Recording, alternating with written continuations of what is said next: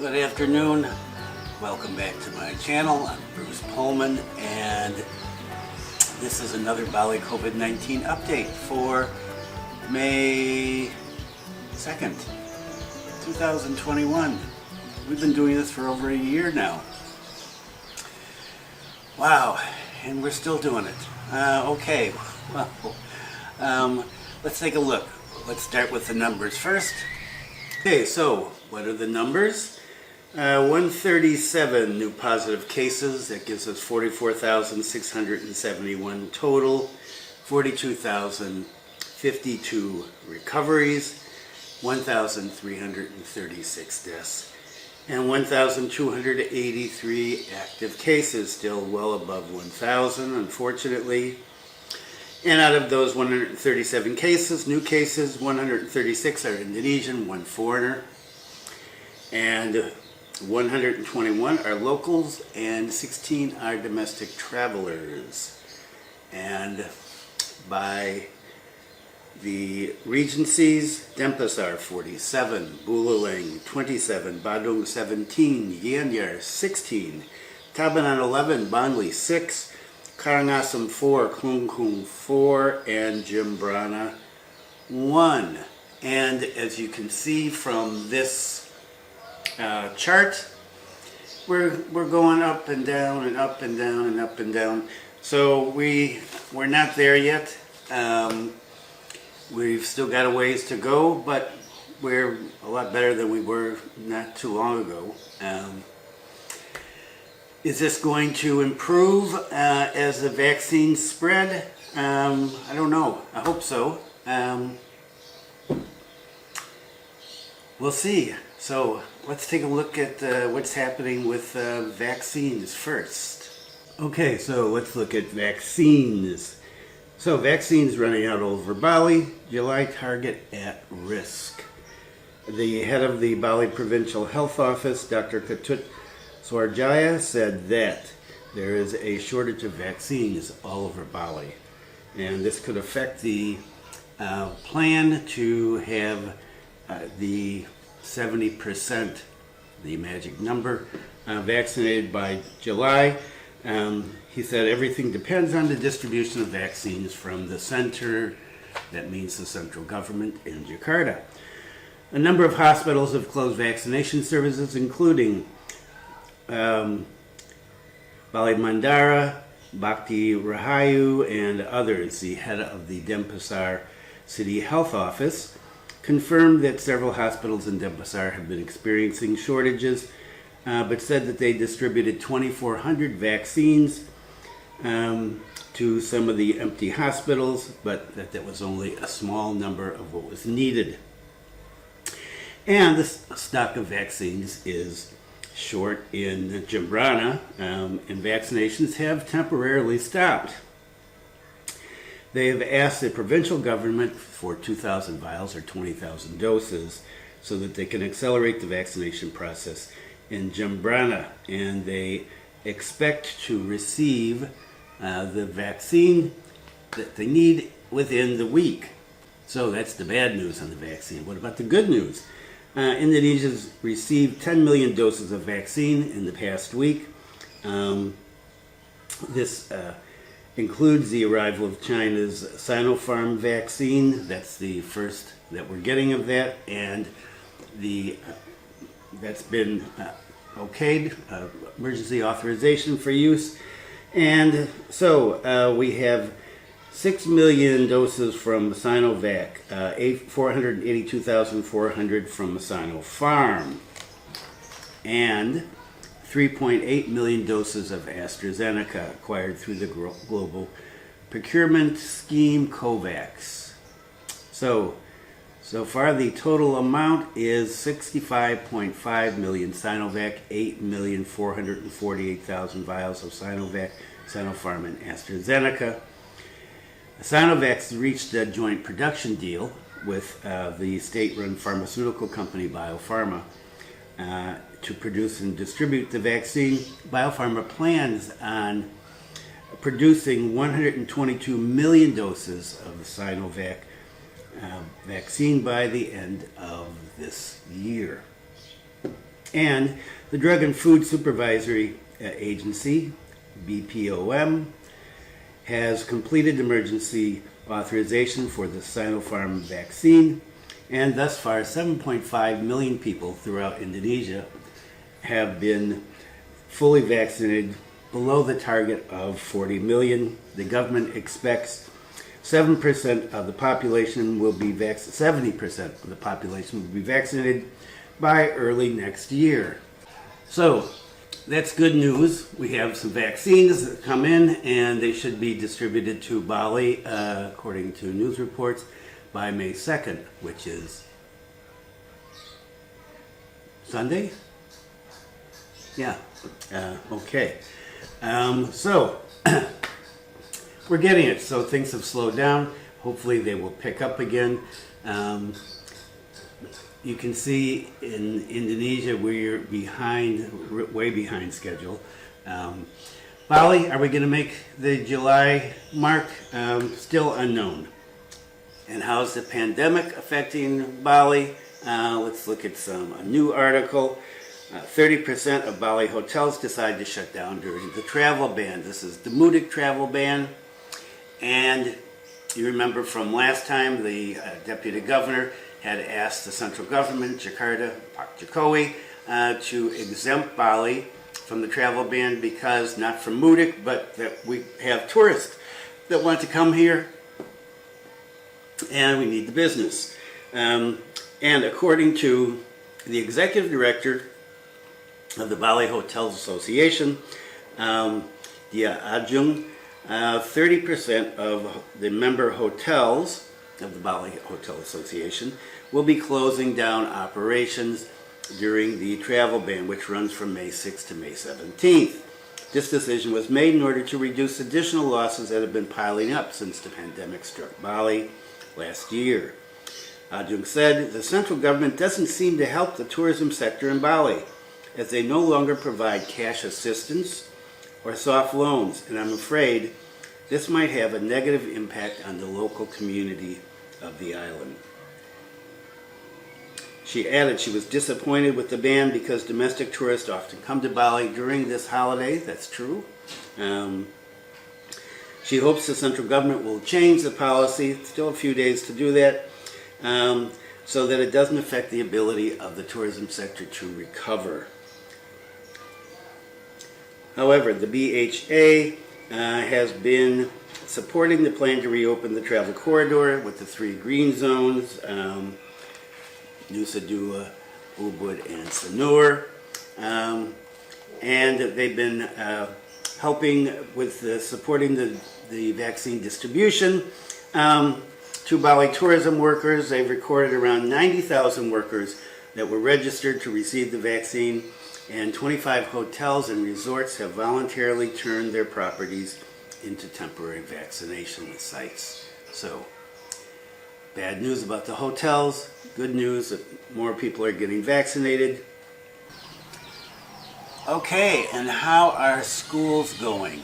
You may remember that a few videos ago I was talking about the schools, when schools were going to open up, and there'd been a plan in Jembrana to open up this week, but it had been delayed because of the micro restrictions that have been extended until May 3rd all over Indonesia, and so it was decided to delay in-person learning, face-to-face learning, until an undetermined time.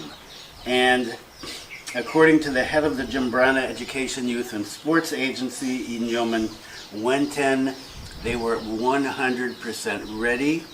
They had facilities to wash their hands, masks were prepared, they had the little radar guns, I call them radar guns, I have one to check your temperature. They were all set to go. But they decided, based on the micro restrictions, to delay opening up school.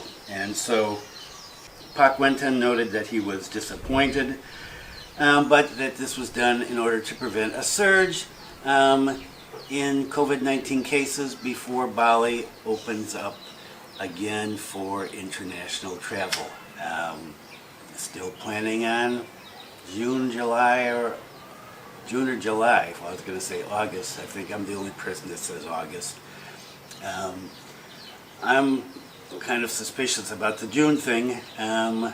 We're here in May already. Are they ready to open? I don't know. So anyway, Pak Wenten said that he was disappointed because they had done everything right. Everything was ready to go. He added that he hoped that schools in Jembrana will be able to go back to in-person learning sometime in May because they want to do the final exams on an in-person basis in order for teachers to objectively assess the test. And right now testing has been put off in elementary and middle school in Jembrana. And I don't know what they're doing in Bulang. So he's still out of school. Maybe July, because school in Indonesia, most schools are closed during June. Schools open up for the new year in July. So if foreigners are coming back, maybe they'll open the schools up. Let's hope so. Okay, so too bad for the kids in Jembrana. And what's next? Okay, and foreigners, right? Let's get to the foreign section. So what about foreigners? 2 foreign nationals who forged PCR tests.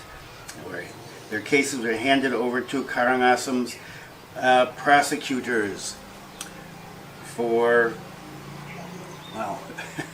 to go to court with them. So 2 foreigners, one the female from the Ukraine, male was Russian, who allegedly falsified PCR tests or bought falsified PCR tests in order to come to Bali from Lombok, have had their cases handed over to the state prosecutor's office in Karangasem.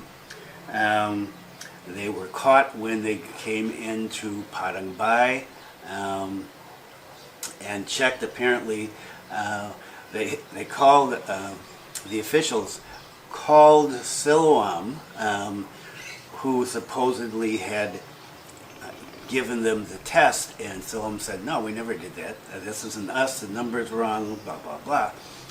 And so they were snatched. And they blamed it on some foreigner that they bought it from in a cafe in Lombok, a restaurant in Lombok. And so they, if they're convicted of falsifying these documents, using falsified documents, the pair could receive up to 5 years in prison. Okay, so more foreigners trying to get around this. Go home. Go home, for God's sakes. And what about the crazy couple with the mask that I talked about last week?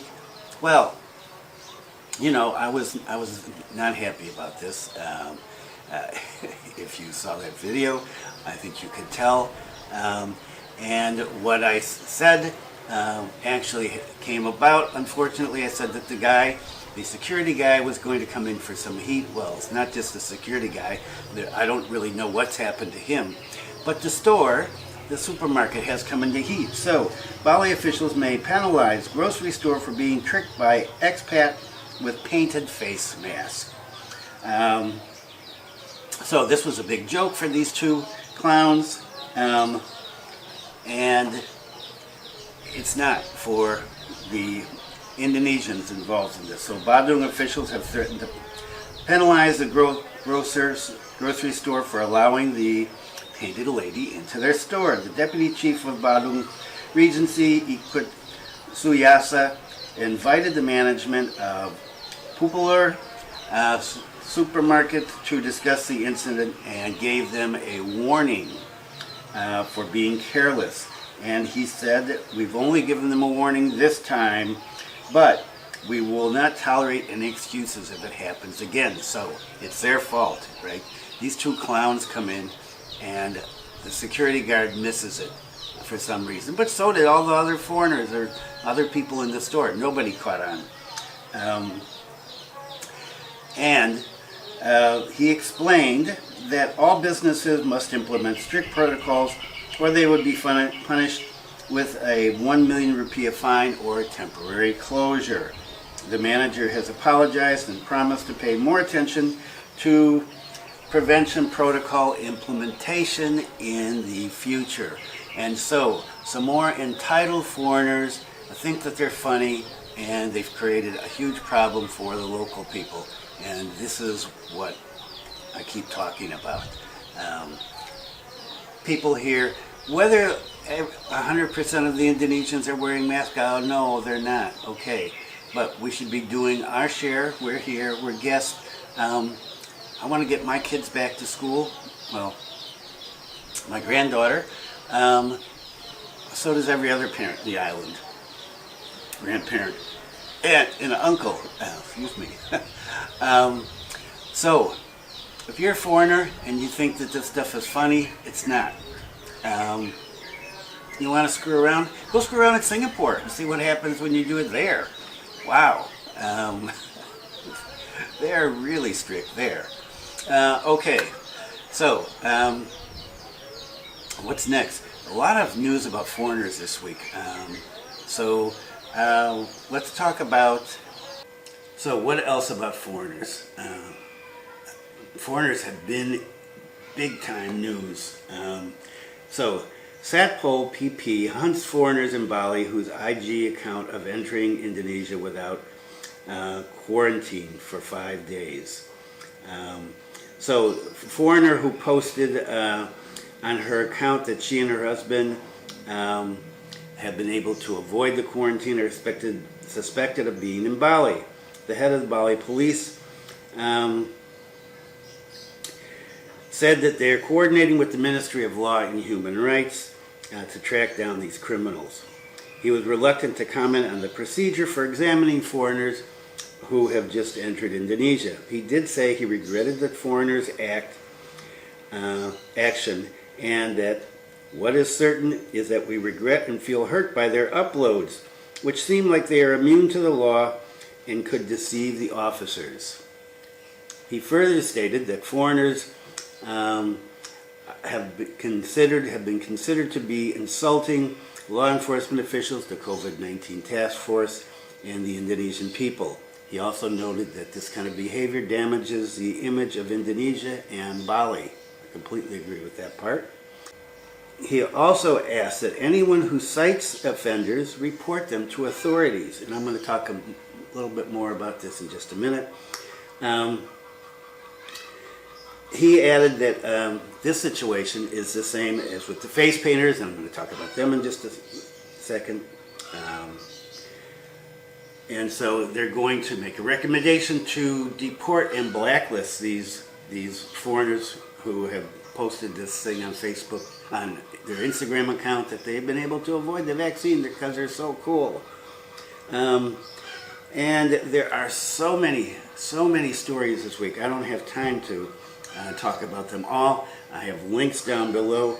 These include a couple posting themselves in a swimming pool, and I'm going to talk about that in just a second. Indians and Indonesian citizens who have just arrived from India have to undergo a 14-day quarantine, and they've been ditching it, and they've fled, and authorities are looking for them now. And authority and health experts are complaining that foreigners who disregard the quarantine and other rules are putting Indonesian citizens at risk. Completely agree. Now,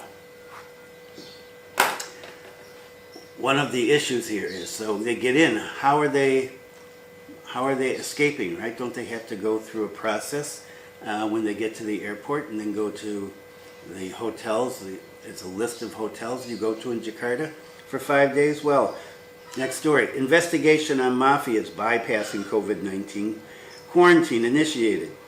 The Indonesian Transportation Ministry is working with the Indonesian police in an investigation of the so-called mafia who are helping people escape the quarantine.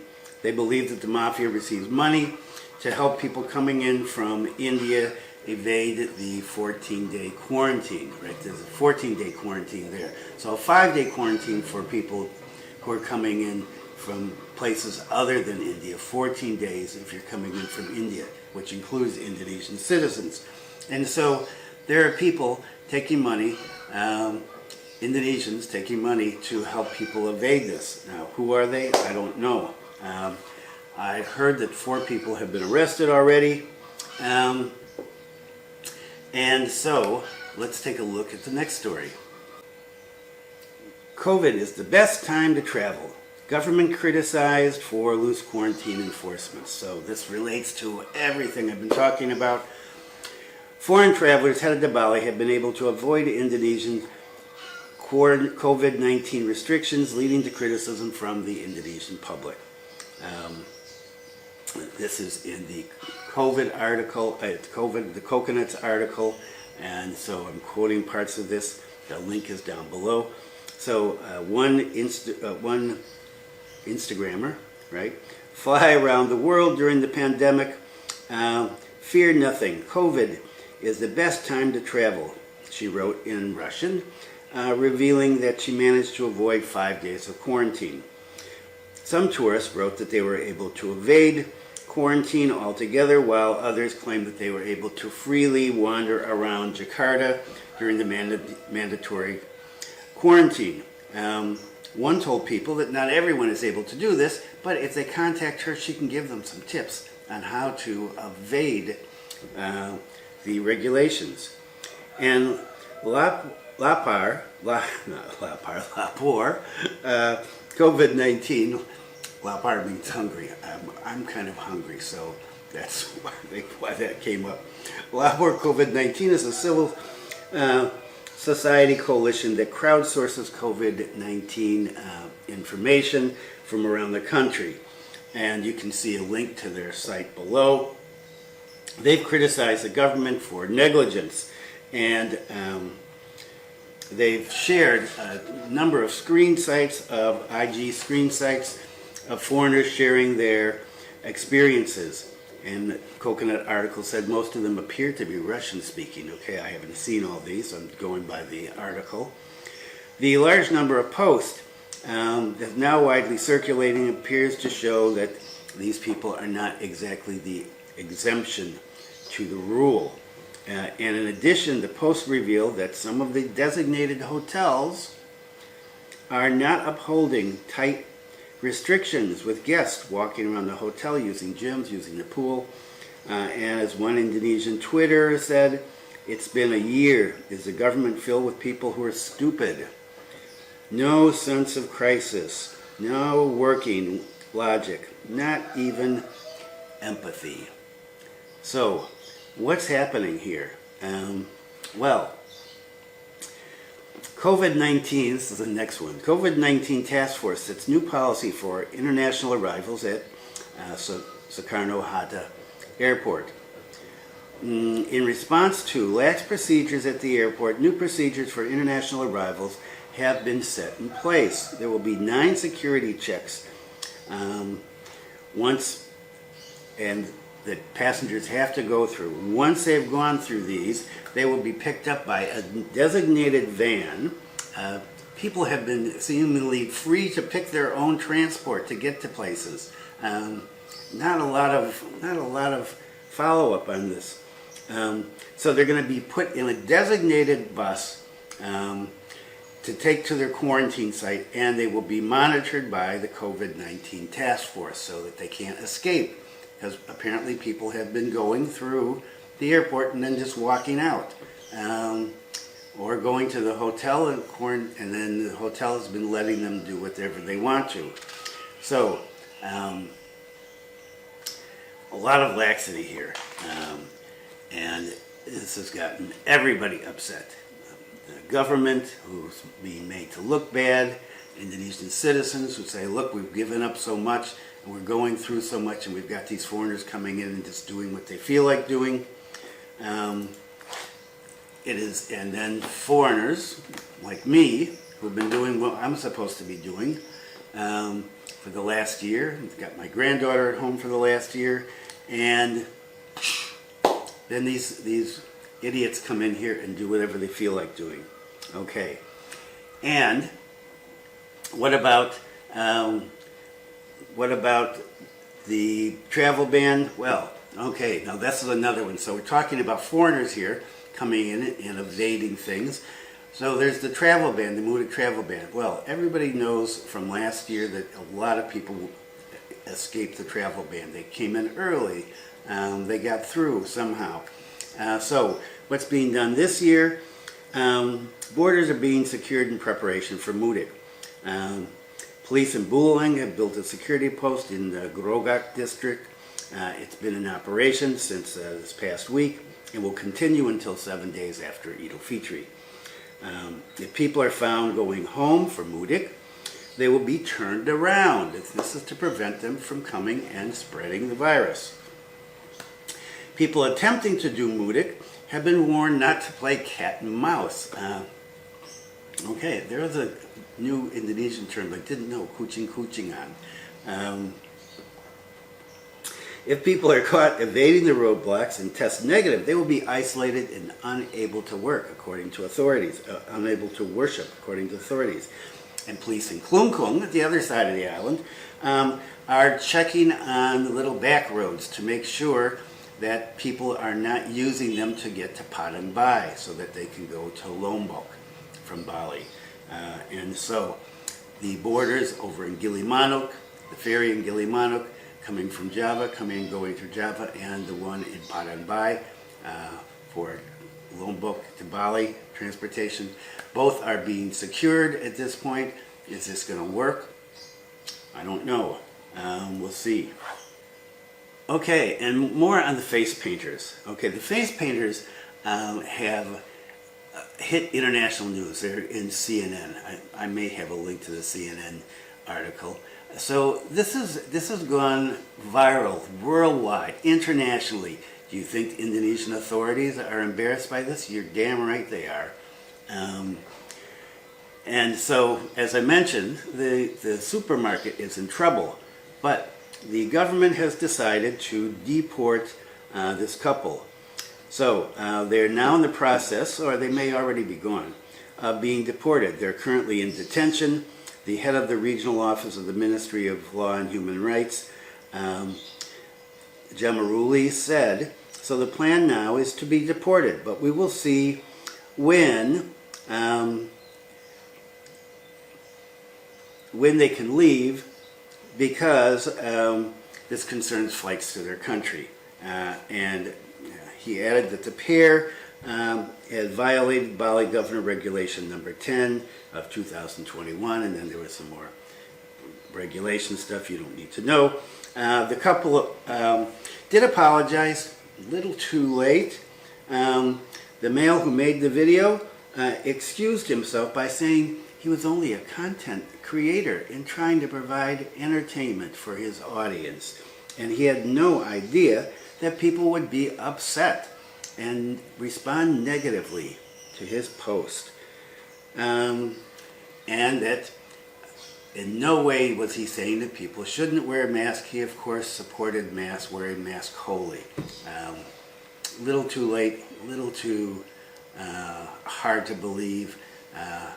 Selamat Jalan. And so we get rid of one more couple of influencers. Okay, so where are we with opening up?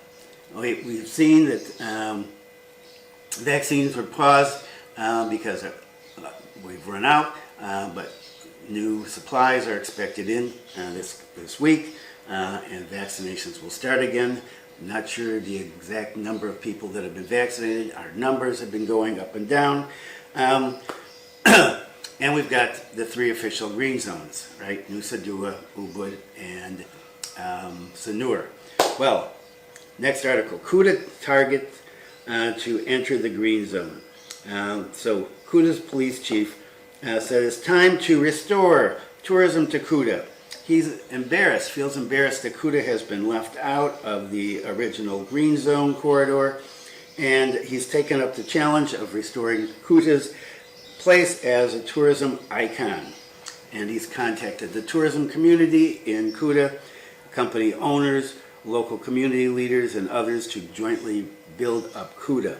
He noted that the number of cases in Kuta is declining due to good handling, but that people need to continue to be encouraged to reduce the number down to 0. If the number returns to normal, he hopes that the Badung and Bali governments will allow Kuta to enter into the green zone corridor. And he noted, and rightly so, tourists often go straight to Kuta from the airport. That's where you go through. And that if it's not included in the green zone, it's going to be kind of funny because tourists are going to have to go around Kuta. Well, they go through Kuta. They can't get away from going through. Well, I guess they could kind of get away from going to Kuta. It depends on which way you go. To get to Ubud, Nusa Dua, and Sanur. And so he said it makes sense. Okay. I don't go to Kuta anymore. I used to a long time ago. It was a welcome diversion, a little from life up here in the north, which is pretty chill and was really chill back in those days. And sometimes we just wanted to get out and go see what was happening, and so we used to go down there. I don't do that anymore, but yeah, good luck, Kuta. Okay, so Kuta wants to be included in the green zones. And what about getting here? Singapore Airlines, right, scheduled to start flying to Bali on the 4th, and it looks like that's a go. I went into the Singapore site today, and indeed I could book a ticket for the 4th. Wow, really expensive, 448 Singapore dollars. You can fly to Bangkok for half that. But it's possible. So, and on social media, I've read that people have already got tickets. They're booked. They're planning on coming, and so I haven't seen anything official from the airport yet. But it looks like a go.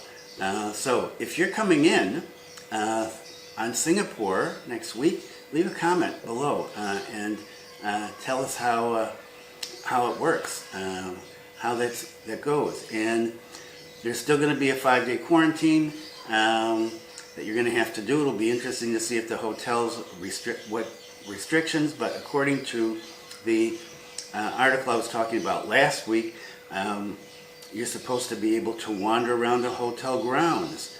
And so, yeah, these quarantines are kind of, I don't know, they're pretty lax compared to the quarantines a lot of people are going through. That's where we're at right now. We got a lot of foreigners behaving badly. We got the vaccines going to ramp up again. We're in May. We've got 2 months to go to July. I think we can forget about the June opening, although you can never tell in Indonesia. But can we make it by July? Is the government going to do it? Well, what's going to happen in India? And we've got these people that are coming in from India and they're wandering around here. Are they infected? Are we going to get hit by the Indian variant? And how bad is the Indian variant? Is it more deadly? Is it quicker? A lot of questions here.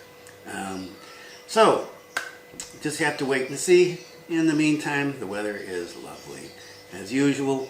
And I hope wherever you are, you're safe. And if you're planning on coming, hang in there. And I'll keep you updated on a weekly basis. Or if we suddenly get some breaking news that, boy, we're opening definitely, well, do that too. So, if you're coming to Bali, be part of the solution, not part of the problem. Don't be an idiot. Wear a mask, social distance, do the quarantines, follow regulations, be respectful, behave, be kind to someone today. Thanks for viewing, and see you next time.